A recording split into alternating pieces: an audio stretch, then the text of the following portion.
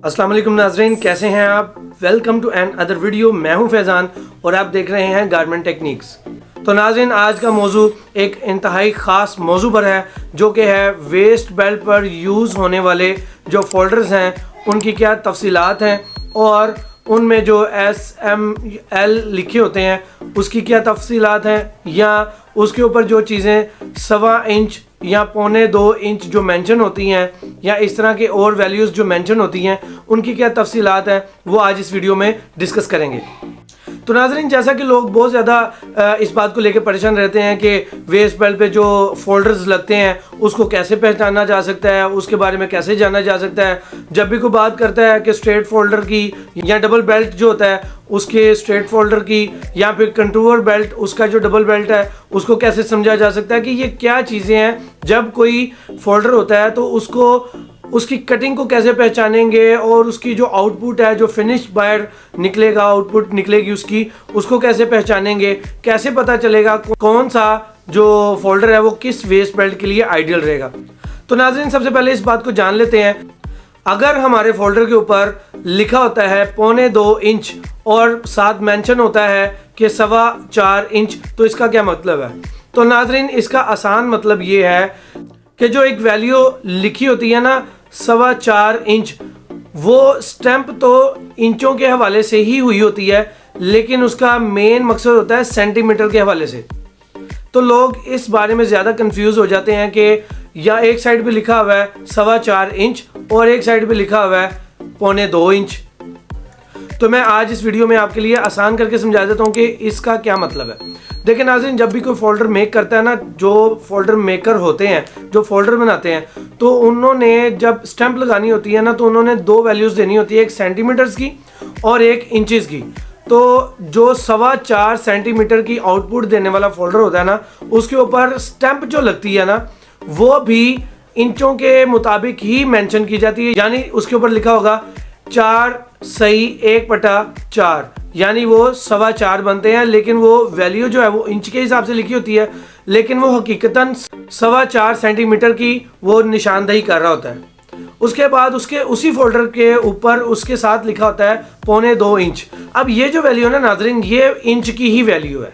यानी इसकी तैयारी, अगर फोल्डर से बेल्ट की तैयारी निकलती है, फिनिश निकलता है, तो उसको आप अगर इंचों में चेक करेंगे ना, तो वो 1.25 इंच का ही होगा। अब आप थोड़ा कन्फ्यूजन से बाहर आ गए होंगे कि ये जो 4.25 सेंटीमीटर जो कि 4.25 इंच के मुताबिक ऊपर स्टैंप है, लेकिन वो उसका मकसद क्या है 4.25 सेंटीमीटर, और जो 1.25 इंच की स्टैंप है उसका मतलब क्या है 1.25 इंच ही है। तो इसको आप बआसानी समझ लें।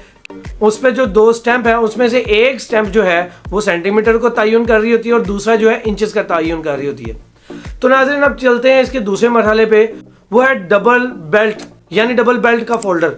डबल बेल्ट स्ट्रेट भी होता है और कंटूर भी होता है। तो पहले स्ट्रेट के बारे में बात कर लेते हैं। तो नाज़रीन, वो बहुत आसान है, बिलीव करें कि बहुत आसान है। मैं आपके सामने जैसे सिंगल बेल्ट का फोल्डर आपके सामने मैंने रखा, और इसी तरीके से अब आप ये जो डबल बेल्ट का फोल्डर जो स्ट्रेट है वो भी देख लें। इसके बाद मैं आपको कंटूर का भी दिखाता हूँ। जो स्ट्रेट होता है ना, उसकी मेजरमेंट भी फोल्डर के ऊपर एज इट इज़ ही लिखी होती है। उसकी प्रोडक्शन जो होती है ना, उसने जो आउटपुट होती है वो ऐसे ही लिखी होती है, 4.25 और 1.25 इस तरीके से ही लिखी होती है। उसमें वैल्यू चेंज हो सकती है। मतलब अगर आपका बेल्ट 4 है या 4.25 सेंटीमीटर है या 4.5 सेंटीमीटर है, इसी तरीके से उसकी जो इंचेस हैं वो उसके मुताबिक ही आगे मेंशन की होती हैं। अगर आप इसको स्ट्रेट फोल्डर के हिसाब से समझे ना, तो वो बहुत आसान है। इसकी शेप बताती है कि फोल्डर जो है वो स्ट्रेट कौन सा है और कंटूर कौन सा है। अगर आप ये समझना चाहते हैं कि अगर 4 की आउटपुट हो तो उसके लिए वेस्ट बेल्ट की कटिंग कितनी होनी चाहिए, तो वो भी आसान है, वो होनी चाहिए 10.5 सेंटीमीटर। तो नाज़रीन, इसका फार्मूला जो है ना वो बहुत आसान है।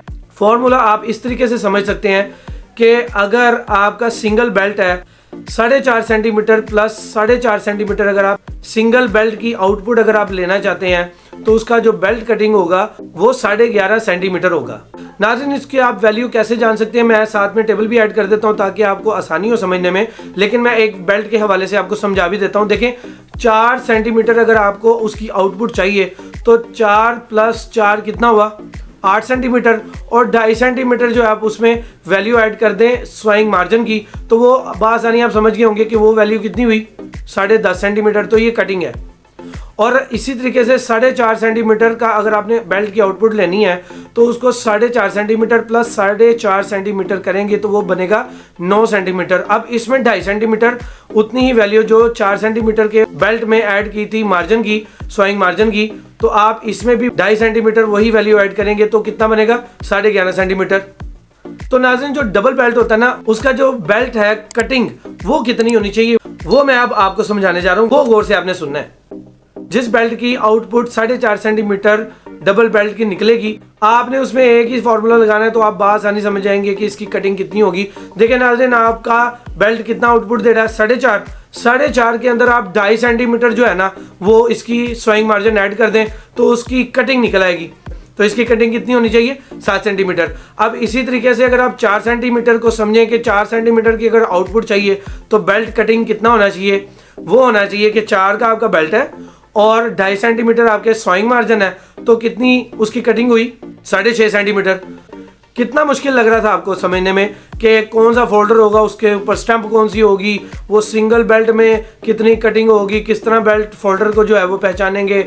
आखिरी चीज़ आपको मैं समझा देता हूँ नाजरीन, वो यही है कि कंटूवर वेस्ट बेल्ट जो होता है वो कैसा दिखता है। देखें जो डबल बेल्ट है वो स्ट्रेट बेल्ट, और डबल बेल्ट में ही कंटूवर बेल्ट में सिर्फ फोल्डर की शेप का फर्क पड़ता है, वो मैं आपको पिक्चर में दिखा रहा हूँ, वो आप देखें। और सिर्फ इसमें यही फर्क है कि ये जो फोल्डर है, ये वाला जो फोल्डर देखें जो आपको नजर आ रहा है, ये होता है डबल बेल्ट स्ट्रेट के लिए, और ये जो आपको फोल्डर नजर आ रहा है नाज़रीन, ये होता है डबल बेल्ट कंटूवर वेस्ट बेल्ट के लिए।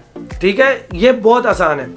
इसके अलावा आखिरी चीज मैं आपको शेयर करता चलूँ जिसके बारे में लोग और भी जानना चाहते हैं, वो नाज़रीन ये है कि अब वेस्ट बेल्ट का जो फोल्डर है, चाहे वो सिंगल वेस्ट बेल्ट हो, चाहे वो वेस्ट बेल्ट डबल हो, कंटूवर हो या स्ट्रेट, उसके लिए ऊपर वैल्यूज आ रही होती हैं S, M और L। ये मैं आपको बता देता हूं कि ये क्यों लिखी होती हैं, इसका मकसद क्या है। नाज़रीन देखिए, जहां से वेस्ट बेल्ट की आउटपुट निकल रही होती है ना, तो वहां पे एक झरी होती है जिससे वो आउटपुट दे रहा होता है एक फोल्डर, यानी जहां से बेल्ट निकल रहा होता है ना बाहर, एक साइड से हम डालते हैं, एक साइड से निकलता है, तो जो साइड से निकलता है ना उस साइड को आपने बखौर देखना है। मैंने उसके लिए आपके लिए ये पिक्चर्स ली हुई हैं, आप इन पिक्चर्स में देख लें कि एक जो फोल्डर है उसकी झरी जो है वो पतली है, एक की थोड़ी सी मोटी है और एक की ज़्यादा मोटी है। तो उसका मतलब क्या है, जो S होता है ना नाज़रीन, वो बासानी आप समझ लें कि S जो लिखा होता है वो लाइट वेट फैब्रिक के लिए होता है। ठीक है नाज़रीन, कटिंग वही रहेगी, बेल्ट फोल्डर की पहचान भी वही है, कोई बदलेगी नहीं। लेकिन S का क्या मतलब है कि उसकी झरी पतली है, वो लाइट वेट फैब्रिक के लिए, और थोड़ी सी जिसकी झरी जो है वो उसका जो गैप है वो बढ़ गया, वो होगा M, वो मीडियम हो जाएगा। ठीक है, वो एक दरमियाने फैब्रिक के लिए, ना वो पतला ना वो मोटा, उस फैब्रिक के लिए वो फोल्डर होता है। और एक फोल्डर होता है जिसके ऊपर L लिखा होता है, यानी वो एक हैवी फैब्रिक के लिए होती है, डेनिम, उसमें आप कह सकते हैं कि 14 औंस का फैब्रिक भी लग सकता है, इसी तरीके से 12 साढ़े 12 औंस का फैब्रिक भी लग सकता है। तो ये वैल्यूज जो लिखी होती है ना नाज़रीन, S, M, L, वो इसका तयन करती हैं। तो नाज़रीन, आज से पहले आप क्या इस बारे में जानते थे? जो इन्फॉर्मेशन है मैंने आपको इस वीडियो के थ्रू दी है, क्या आपको इसके बारे में मालूम था? अगर नहीं तो यकीनन आपको ये वीडियो बहुत पसंद आई होगी। अगर आपको लगता है ये वीडियो दूसरों के लिए बहुत ही ज़्यादा फायदेमंद होने वाली है तो इस वीडियो को लाइक एंड शेयर करें और अपने राय का इजहार कमेंट सेक्शन में ज़रूर कीजिएगा, ताकि मैं आपके लिए इसी तरह की इंफॉर्मेटिव वीडियोस लाता रहूं। मैं अब आपसे मिलूंगा नेक्स्ट इसी तरह की एक और इंफॉर्मेटिव वीडियो में, तो तब तक के लिए मुझे दीजिए इजाज़त। मैं हूं फैज़ान, अस्सलाम वालेकुम।